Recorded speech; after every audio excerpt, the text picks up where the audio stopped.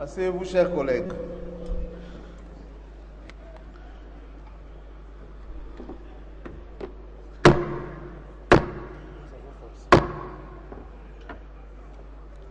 La séance est ouverte. Honorables députés, chers collègues, conformément à l'article 131 de la Constitution et de l'article 163 du règlement intérieur, et à l'initiative de l'un de nos collègues en matière de contrôle parlementaire, votre bureau a invité Monsieur le vice-premier ministre, ministre de l'Intérieur et Sécurité, ainsi que Monsieur le ministre des Affaires étrangères et coopération internationale à prendre part à nos travaux de ce jour. Cependant, ce dernier, à savoir le ministre des Affaires étrangères, étant empêché pour des raisons d'État à l'extérieur du pays, la question d'actualité lui adressée sera programmée à l'une de nos prochaines séances dès son retour. Pour l'instant, le service du protocole peut faire entrer dans l'hémicycle le vice-premier ministre, ministre de l'Intérieur et Sécurité.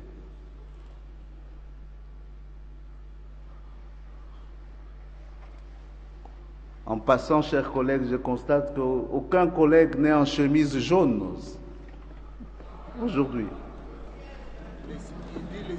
Mais les sièges sont jaunes.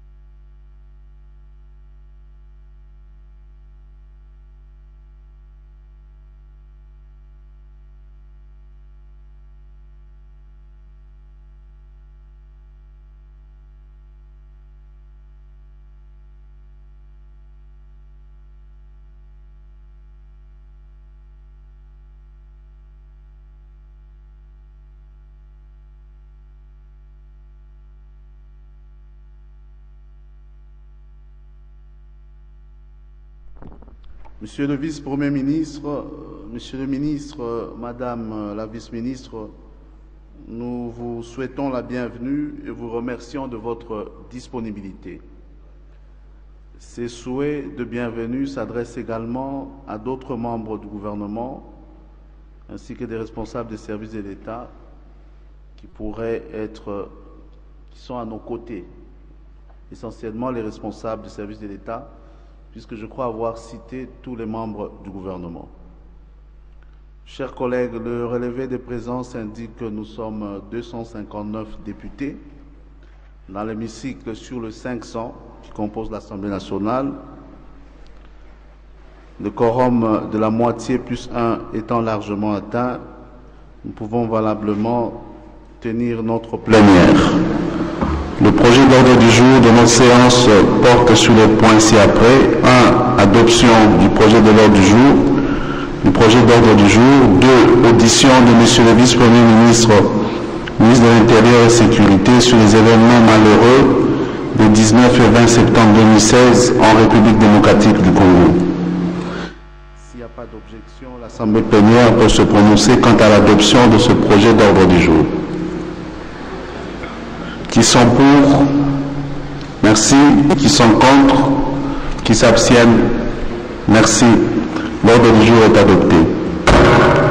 Nous passons au deuxième point, le dernier point d'ailleurs, relatif à l'audition de M. le vice-premier ministre, ministre de l'Intérieur et Sécurité. Sans plus attendre, je lui passe la parole pour éclairer la lanterne des honorables députés sur les tristes événements sus-évoqués. Monsieur le vice-premier ministre, vous avez la parole.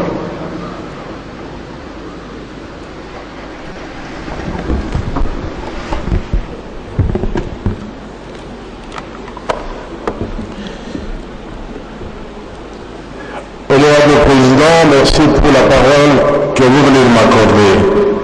Honorable Président, honorable membre du bureau, honorable député, je voudrais depuis d'abord remercier la représentation nationale pour m'avoir donné l'occasion d'éclairer l'opinion internationale qu'internationale sur des événements malheureux survenus dans la ville de Kinshasa, capitale de la République démocratique du Congo, ainsi que dans d'autres villes pendant les journées du 19 et 20 septembre 2016. Les contextes dans lesquels sont advenus ces événements fait suite au recadrage du processus électoral qui s'imposait alors que le chemin ordinaire tracé par les constituants ne pouvait s'appliquer et qu'il devenait nécessaire de redéfinir le processus électoral et le calendrier électoral dans le cadre d'un consensus républicain. Ce qui justifie la convocation du dialogue national par le président de la République, dialogue dont les travaux ont été clôturés mardi 18 octobre 2016. Il importe de rappeler à l'Auguste Assemblée que le dialogue national était l'instance qualifiée pour nous aider à surmonter ces écueils. Ce dialogue donc a été boycotté par une partie de l'opposition politique qui, au lieu d'user des méthodes démocratiques prescrites par la Constitution, s'est lancé dans la voie de la violence, ayant débouché sur des événements à la fois malheureux et douloureux. Donc, vous permettrez donc que je vous expose d'abord les faits précurseurs qui ont constitué ces actes, des actes préparatoires de troubles graves à la sécurité, à l'ordre public, avant de vous présenter les déroulements des événements et leur bilan tragique survenu pendant les journées du 19 et 20 septembre 2016. Honorable Président, honorable membre du bureau, honorable député, aujourd'hui, à 10h30, dans la commune de Maluku, nous avons connu une catastrophe. Il y a eu télescopage entre un bateau de la République du Congo et un bateau de notre pays. Plusieurs morts, plusieurs disparus. La Marine nationale est mise à contribution. Dans les jours qui viennent, certainement, on va repêcher plusieurs corps. C'est triste. Honorable Président, pour revenir aux tristes événements qui ont endeuillé notre pays le 19 et le 20 septembre 2016, ceux-ci ont été précédés par un faisceau de faits précurseurs qui ne laissent aucun doute sur la volonté destructive des organisateurs des manifestations. En effet, en date du 29 août 2016, le président national de l'UDPS a rendu public, au nom du Rassemblement des forces politiques et sociales de la République démocratique du Congo acquis au changement, un communiqué demandant au peuple congolais de 1. Rejeter toutes les conclusions qui émaneraient du dialogue en cours, qui s'est clôturé hier, dont les participants désormais bien identifiés sont considérés tous comme les ennemis de la République. De se mobiliser et de participer activement aux actions décrétées par le Rassemblement à partir du 1er septembre. De participer massivement au sit-in auprès des bureaux de la Commission électorale nationale indépendante, CENI, des différents chefs-lieux de province et des missions diplomatiques de la République démocratique du Congo à l'étranger le lundi 19 septembre 2016 afin de réclamer la convocation immédiate de l'élection présidentielle et de déposer un préavis constitutionnel à M. le Président de la République qui doit libérer l'institution le 19 décembre 2016. Il ne s'agit là, et donc très clairement, il s'agit là d'une stratégie du choc telle que décrite par Naomi Klein pour déboucher sur une stratégie du chaos mieux explicitée par Michel Collomb et Grégoire Lalienne. Il ne s'agit pas d'une simple affirmation puisque je vais devoir en apporter la preuve. En date du 1er septembre 2016, au nom d'une partie de l'opposition politique, le président national du FONUS saisit par écrit le gouverneur de la ville de Kinshasa, l'informant de l'organisation d'une marche pacifique le 19 septembre en direction de la CENI en vue de réclamer la convocation du corps électoral. Il s'est de relever ici que cette lettre du président national du FONUS ne contenait, donc n'indiquait ni l'itinéraire de la marche, ni l'heure du début de la manifestation, alors qu'il s'agit là des éléments essentiels permettant à l'autorité administrative saisie de prendre des mesures de sécurité pour les manifestants et les non-manifestants. Et donc, en revenant sur cet élément, ce n'est pas un fait anodin, mais plutôt un fait révélateur, puisque je vais y revenir. Donc, qu'on retienne ici que la lettre de demande de cette marche n'avait ni l'itinéraire, ni l'heure du début de la manifestation. Pour moi, c'est un fait révélateur et j'y reviendrai. S'ensuit du 10 au 19 septembre une forte campagne de sensibilisation et de mobilisation de la population à travers les médias, y compris un jeu de tracts assorti d'un cri de guerre et coïne dans le 19 septembre 2016, signifiant en français « Ça va bombarder le 19 septembre 2016, tant dans la ville de Kinshasa qu'à l'intérieur du pays ». Le 11 septembre 2016, le président national du mouvement lumumbiste progressiste, MLP, s'adresse aux jeunes militants de son parti à son siège, 6 avenue de l'enseignement commune de Kassavubu, pour les inciter à braver la peur dans l'exécution des actions déjà planifiées, à dater du 19 septembre 2016, à l'instar de ce qu'ils avaient réalisé en janvier 2015.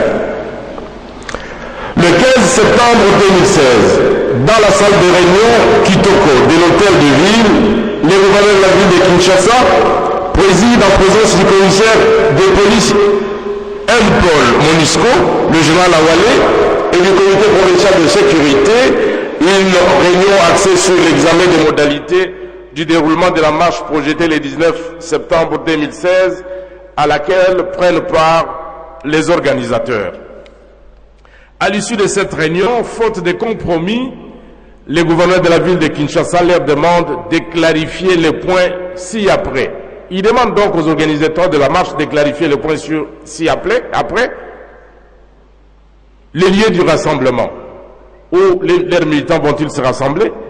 Les lieux du meeting. Où le meeting va-t-il avoir lieu? L'itinéraire. Quel itinéraire sera suivi? Et le point de chute. Tout ceci est essentiel pour la sécurisation de la population, puisque nos droits s'arrêtent là où commencent ceux des autres. On doit sécuriser aussi bien les manifestants que les non-manifestants. Voilà pourquoi ces éléments sont indispensables à l'autorité administrative qui est saisie. Le 16 septembre 2016, le président national du FONUS adresse au gouverneur de la ville de Kinshasa une correspondance référencée 029 PDT FONUS bar 2016 relative à la transmission des itinéraires de la marche du 19 septembre 2016 en réponse aux précisions exigées par les gouverneurs au cours de la réunion tenue à son cabinet en date du 15 septembre. Au lieu d'un itinéraire, c'est plutôt 11 itinéraires qui sont communiqués au gouverneur de la ville de Kinshasa. Les itinéraires ci-après ont été retenus par les organisateurs. Plusieurs points de rassemblement à partir de 8 heures avant le début de la marche. À cet effet, il énumère 11 points de rassemblement et précise l'itinéraire à suivre pour chuter à l'espace compris entre boulevard Triomphal et l'avenue de l'Enseignement. Il s'agit des points ci-après tels que libérés dans sa lettre du 16 septembre. Tchangu, Ndili, Massina, Kimbanseke, Sele, Maluku, Moamba. Au nom président, ça va devenir fastidieux, mais je vous demande l'autorisation de les mentionner parce que c'est alors que vous comprendrez mieux mon explication. Autrement, vous n'allez pas comprendre.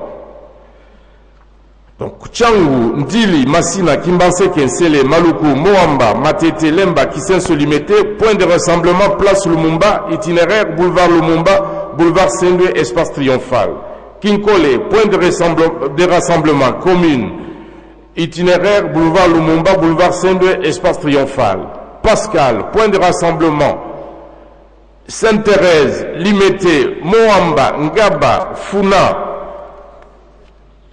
Kinshasa, Barumbo, Lingwala, Kanluka, Ngaliema. Point de départ pour le début de la marche à partir de 13 heures. C'est indiqué dans la lettre du président du FONUS. La marche va commencer à 13 heures. À ce sujet, le président national du FONUS cite les points suivants. Quel est l'itinéraire? Suivez l'itinéraire. Boulevard Triomphal, avenue de la Libération, avenue Itaga, avenue des Huileries, espace Triomphal, point de chute, message de rassemblement et spécifie qu'une délégation de 50 membres du rassemblement déposera un mémoire à la CENI. Le 17 septembre 2016, consécutivement à la lettre du président national du FONUS, le gouverneur de la ville de Kinshasa lui notifie par sa lettre référencée SC 1265 BGV MPDSL 2016 avoir pris acte de la volonté de cette partie de l'opposition politique d'organiser la manifestation en date du 9 septembre conformément aux conditions retenues de commun accord au terme de la réunion tenue le 17 septembre 2016 au siège du FONUS sur avenue de l'Enseignement entre l'autorité urbaine et les organisateurs en présence du commissaire de police Paul Monusco, le général Awale. Et donc, la lettre étant à la fois confuse et mentionnant plusieurs points qui ne peuvent pas permettre à la police d'assurer correctement son rôle, c'est le gouverneur de la ville de Kinshasa qui descend au siège du parti politique appelé FONUS afin de se mettre d'accord sur l'itinéraire à suivre. Voici le compromis. Lieu de rassemblement, échangeur délimité, itinéraire, boulevard Lumumba, boulevard Sendwe, boulevard Triomphal, avenue des Libérations, avenue Kalembelembe, rond-point des Huileries, avenue Kabambare, avenue Kassavubu, rond-point Kassavubu, boulevard Triomphal. Le meeting est arrêté à l'espace compris entre le boulevard Triomphal et l'avenue de l'Enseignement. Dépôt mémo à la CENI par un groupe restreint de 35 personnes selon les modalités fixées par les ministres provinciaux de la population et sécurité. Je précise ici que le gouverneur de la ville de Kinshasa avait loué un bus mettant à la disposition des manifestants pour qu'à la fin de leur manifestation, les 35 personnes prennent le bus et aillent déposer les mémos à la CENI.